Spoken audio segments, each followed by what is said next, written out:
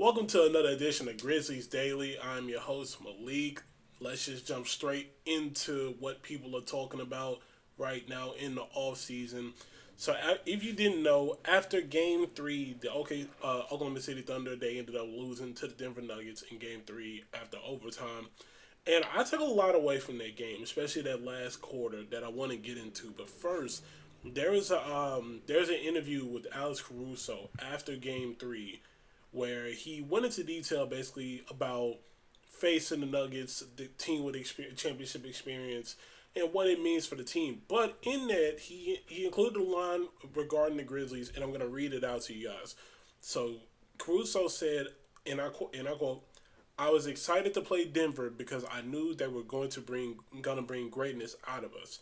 That's no disrespect to Memphis, but we were gonna win that series, especially once Ja went out, just based off a talent level. Denver is a smart and experienced team." Now, my thoughts on this comment. He is not wrong at all. Obviously, the odds were against the Grizzlies, but I do think there's a world where the Grizzlies could have took this series to possibly 6 games. I didn't. Now, I'll be honest. I knew talent wise, the Grizzlies were a little undermatched, but we all knew that going into this series. But the one thing that sticks out to me, we were going to win that series, especially once Ja went out, and just based off talent level, Denver is a smart and experienced team. That right there is what I've been saying for the longest time. I mean, Ja Morant said in exit interviews, they had the Thunder figure it out. And one thing that I noticed in that fourth quarter of Game 3 between OKC and Denver, there's a thin, and I mean a thin line between the experience that the OKC needs. Because I mean, I'm just thinking about the regular season. OKC was a team that blew the majority of teams out. So there were times where when it came down to it, a lot of their guys didn't really play in the key moments because there were no key moments for real. But they don't have much experience when it comes to a fourth quarter, down the stretch, really trying to, willpower the team. And I mean, it was already going to be difficult because they're playing at altitude, and that has a great effect on how teams play. I think a lot of people need to remember that. But it showed me that if the Grizzlies have had the power to potentially beat OKC, that's why the trade deadline was so important, because I really feel like had the Grizzlies had much better front court, a deeper front court than what they already have, and a fully healthy team with guys like Jalen Wells not being hurt, or in a another wing player like a Cam Johnson or something. I really feel like that could have really played a big difference in how this how this series goes. Because let's be honest, everybody knew that this was going to be it had the chance to be a competitive series, but obviously it did not work out that way, and really that series could have went differently, simple for the fact nobody wants to say it, but a lot of people are saying it now after Game 3. Shea Gilgeous-Alexander is not playing nearly at an MVP level that he was throughout the season, even in the Grizzlies series. I mean, you look at it, most of it was what Jalen Williams, Hardenstein, sometimes Chet, sometimes Isaiah Joe, Aaron Wiggins, just the others. But there was never really a moment where SGA just kind of took over the game, except for Game 4. You know what I'm saying? So it's like it really hurts the team. Really hurts OKC. It starts to expose some of the flaws, the ones that we've been kind of noticing. But they're such a great team that you don't really think about it. So I this series could have went a long way had things worked out for Memphis. But I mean, hey, it's look, it's part of the game. Injuries happen. That's just the unfortunate reality. But that's what the Grizzlies, I feel like, need to really elevate themselves in a situation like that. But something else I want to kind of get into, as far as the all season, NBA draft is coming up. Now, from what I remember, if I can remember correctly, the Grizzlies do not have their first round pick since they made the play in, so the Wizards have that pick. But the Grizzlies have, I want to say, 2 second round picks. Like I said, I could be wrong, but I believe they have 2 second round picks. Now, I have seen some mock drafts from Sports Illustrated and just other places like Draft Express, stuff like that. what they have is the Grizzlies with the first pick, with their first second round pick, which I believe is like pick 40. It's like pick 48 or something like that. Basically, they had them taking another wing, and then with their pick in the 50s, taking a backup center to go alongside Edie. Now, my thing is, I don't disagree with that per se, but I do feel like the Grizzlies can do a lot more with those second round picks. I mean, we're living in a time where, you know, the Grizzlies are thriving off second round picks. I mean, G.G. Jackson, Jalen Wells, they're thriving. They simply are. But I do feel like I said, that championship window, it's not gonna be open for long. So you really have to capitalize. So if I were the Grizzlies, I would find a way to trade up a little bit higher in the second round if you're going to really target those positions, because clearly our scouting team is one of the best in the league. But if you really want to elevate the team, I feel like you have to trade up and go after the talent that's there that you know can make an immediate impact. And if not, find a trade package with one of the guys that we've mentioned. I mean, I feel personally, it's gonna you can find someone to put a trade package into, because a lot of teams are interested in our guys, but don't nobody really says that. So I feel like if they go ahead and really reach out to teams and like, hey, what do you want for this guy and this guy, this guy? Now the chances of getting a first round pick, especially for this year with such a loaded class, I doubt it, but it wouldn't hurt to try. And I feel like the Grizzlies at this point, nothing hurts to try. So really just feel like as long as they target the front court problem, then hey, I really feel like that's all you need. But I honestly would per se want someone with experience to back up a player like Zach Edey. And the reason I say that is because the Grizzlies front court, while it is very diverse, you got Zach Edey, Jaren Jackson, Marvin Bagley now, Jay Huff, guys like that. That is something that's one that could be better. And I really feel like I feel like the only reason it could be better is because of the late decision to not play Jay Huff. Because at one point our front court was looking really threatening, and this was when Zach Edey really hadn't developed his game fully. He still hasn't, but not nearly as much as he did close to the playoffs. I mean, I'm just looking at the front court, and I read a graphic where it's simply just decided to it basically lists out NBA centers and power forwards by how dimensional they are. Going by one dimensional, two dimensional, three dimensional, four dimensional. Four dimensional being the guys like Giannis and Jokic that are just jack of all trades.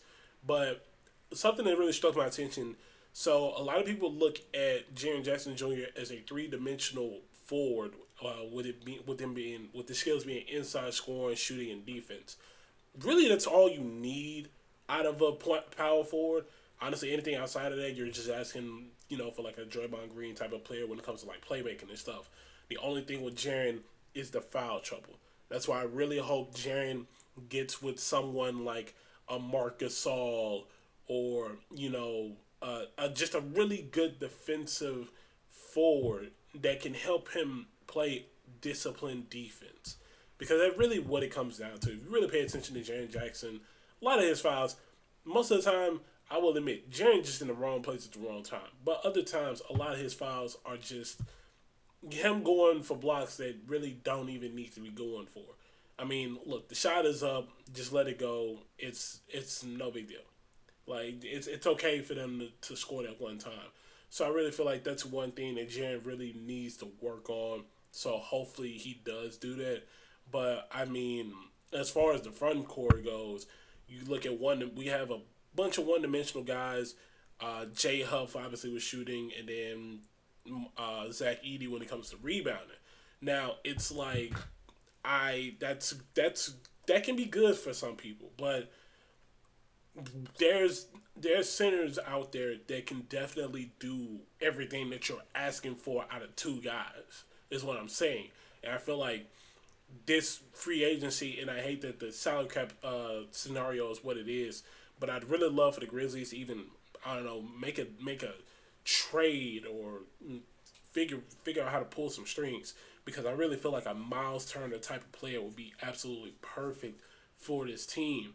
But I know the steps to get that done is just going to be off. It's going to be out of this world, and we're just looking at unrealistic expectations.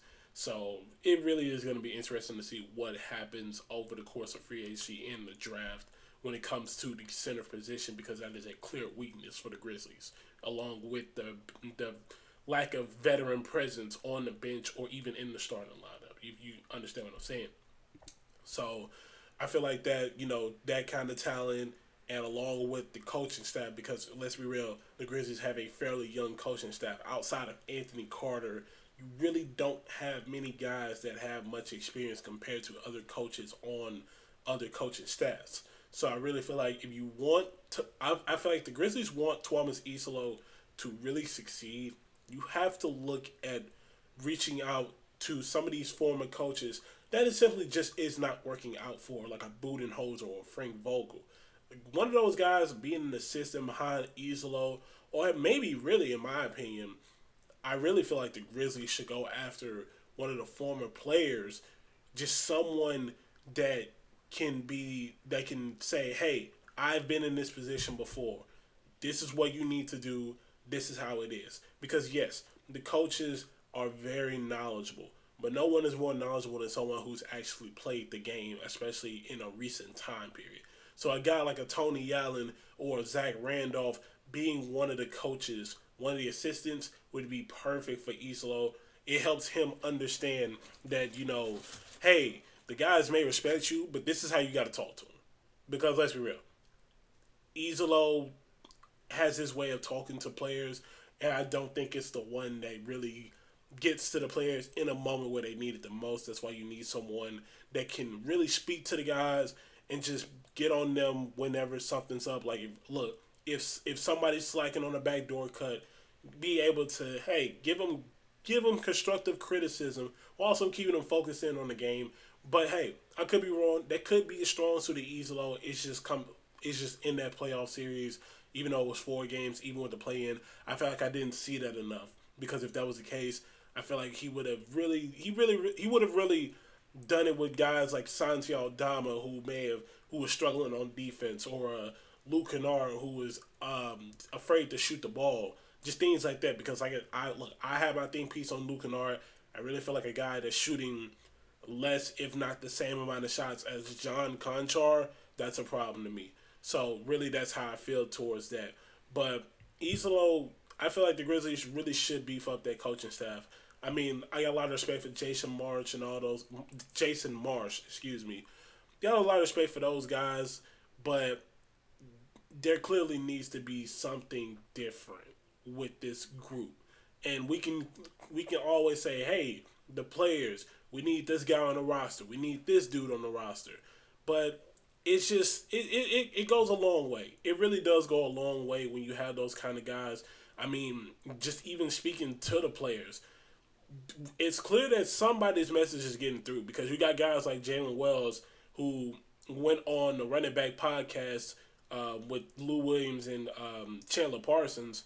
He addressed the John Morant rumors, the trade rumors, and simply put, quote, "I know what Memphis is without John Morant. He's a great leader, a guy you want to fight for." That is coming from a guy that is about to go into his second year. I've heard all kinds of statements from rookies, basically like, "Oh, I'm gonna respect the vets because the vets are this and that." This feels genuine. This feels like Jalen Wells is really a mature student of the game, and that's someone the Grizzlies need, and that's something that, hey, the Grizzlies can look forward to, and really, look at it and see, we made the right decision with this guy. In fact, let's throw everything we can to help him develop. So, on a player standpoint, there are many great leaders on the Grizzlies. Now, there could obviously be more.